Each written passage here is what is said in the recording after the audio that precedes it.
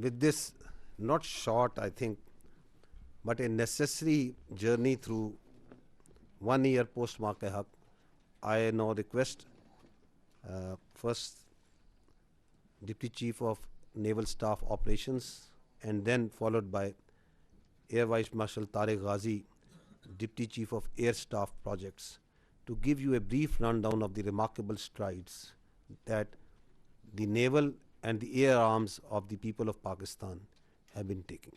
Thank you very much. Thank you, sir.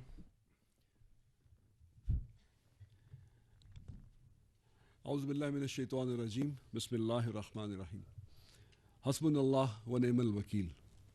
ہمارے لیے اللہ کافی ہے اور وہ بہترین کارساز ہے. صدق اللہ العظیم. خواتین حضرات السلام علیکم. میں آج اس موقع کی مناسبت سے پاکستان نیوی کے نمائندے کے طور پہ آپ کے سامنے چند حقائق بہت مختصراً پیش کرنا چاہوں گا. اس تاریخی اور یادگار جو مارکہ تھا، اس سے قبل دشمن کو اپنی افواج اور بالخصوص جو بحری قوت ہے اس پہ بہت ناز تھا. ڈیفنس بجٹ کا ایک بہت بڑا حصہ جو کنزیوم کرتی تھی ان کی نیوی. میک ان انڈیا کے دعوے تھے.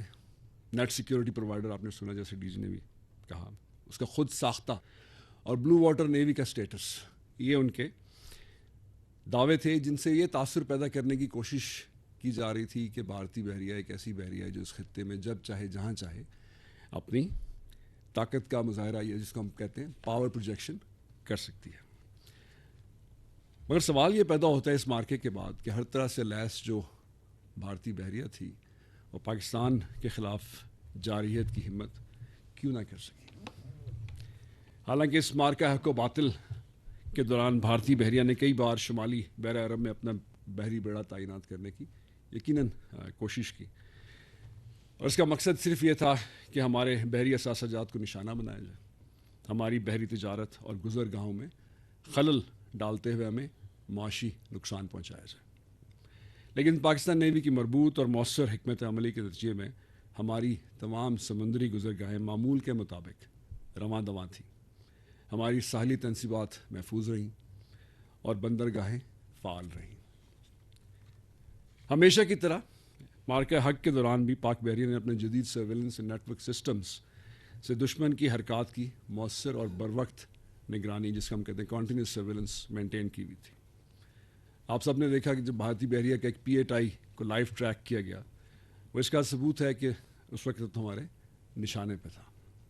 نہ صرف یہ بلکہ مارکہ حق کے دوران پاک بحریہ اور پاک فضائیہ بھارتی ایئر کرافٹ کیریئر وکرانت کو غرق کرنے کے لیے بالکل تیار تھی. لیکن بھارتی بحریہ اپنی بحری پناہ گاہوں تک ہی محدود رہی. ان نٹشل پاک بحریہ نے اس مارکے کے دوران اپنے سے کئی گنا بڑھے. ہم سب جانتے ہیں کہ ان کا جو سائز ہے اور نمبرز ہیں وہ کتنے ہیں. کئی گنا بڑے دشمن کو انتہائی پیشہ ورانہ اور مؤثر انداز میں واضح بالکل کلیئر پیغام دے دیا. نتیجہ اس کی توقعات اور خواہشات کے عین برعکس ہو سکتا ہے. حاضرین، مارکہ حق کے دوران ہماری مسلح افواج کی بے مثال ہم آہنگی ہماری فتح کی ضامن بنی، اور آپ نے سب کلپس خود مشاہدہ فرمائے. اور اسی تناظر میں بہتر سے بہتر کی جستجو میں ہم نے اپنی کیپیبلٹیز کو مزید مؤثر بنا لیا. جبکہ دشمن نے اس مارکہ حق کے بعد اپنی ناکامی جو تھی اس کی، اب اس سے اس کی خفت کو مٹانے کے لیے، اس کی جو امبیرسمنٹ تھی انٹرنلی اینڈ ادروائز، ایک بار پھر اس نے بہت سارے غیر ذمہ دارانہ دعوے کرنا شروع کر دیے. آپ سب نے سنا ہوگا کہ کراچی کا راستہ سرکریک کی طرف سے جاتا ہے، ہم پاکستان کو 4 ٹکڑوں میں تقسیم کر دیتے ہیں.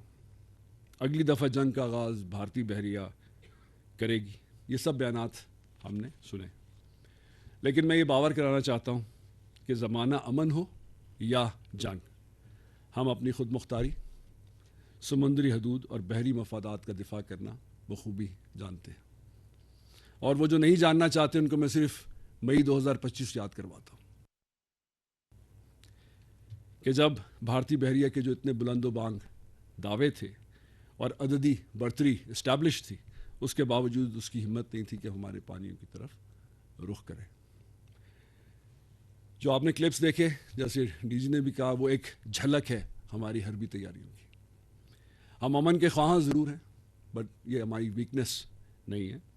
ہم اپنی تیاریوں سے بالکل بھی غافل نہیں ہیں. اور جس طرح حالات بدل رہے ہیں, کریکٹر آف وار چینج ہو رہا ہے, ٹیکنالوجیز اویلیبل ہو رہی ہیں, ان کو تمام کو ہم بروئے کار لا کے اپنی صلاحیتوں کو دن بدن مزید پالش کر رہے ہیں for any eventuality that may befall upon اس.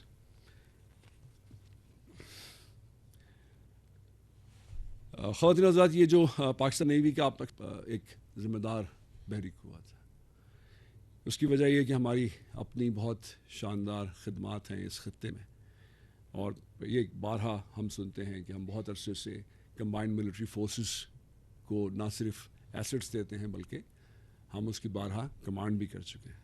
ہم ریجنل میری ٹائم سیکیورٹی پٹرولز کرتے ہیں اس ایریا میں تاکہ سیفٹی اینڈ سیکیورٹی آف میرینرز کو ہم ایشور کر سکیں. اس کے ساتھ ساتھ ہم نے ایک امن ڈائلاگ جس میں ہم دنیا بھر کے لیڈران کو یہاں بلا کے جو ہمارے کامن سیکیورٹی کے مسائل ہیں ان کو کیسے حل کیا جائے, اس ایکسائز امن ہم بہت عرصے سے کر رہے ہیں. اس کے ساتھ ابھی جو لیٹسٹ ایڈیشن ہے وہ امن ڈائلاگ ہے تاکہ ان جو لوگ ہیں ان سے مشورے کے بعد ایک کامن کنسنسس ڈیولپ کیا جائے کہ اس ایریے کے جو سمندر کے چیلنجز ہیں سیفٹی سیکیورٹی کے کامن, اس سے کیسے نبرد آزما ہوا جا سکتا ہے. یہ سب آپ لوگوں نے دیکھے. جو ابھی اس خطے میں کشیدگی ہے جو ابھی چل رہی ہے, جیسے ڈی جی نے بھی اپروپریٹلی بتایا کہ net Pakistan is emerged as a net security regional stabiliser in this entire region, and الحمدللہ اللہ نے ہمیں وہ عزت دی. انہی کٹھن حالات میں پاک بحریہ بھی اپنی ذمہ داریوں کو بہت احسن طریقے سے نبھا رہی ہے.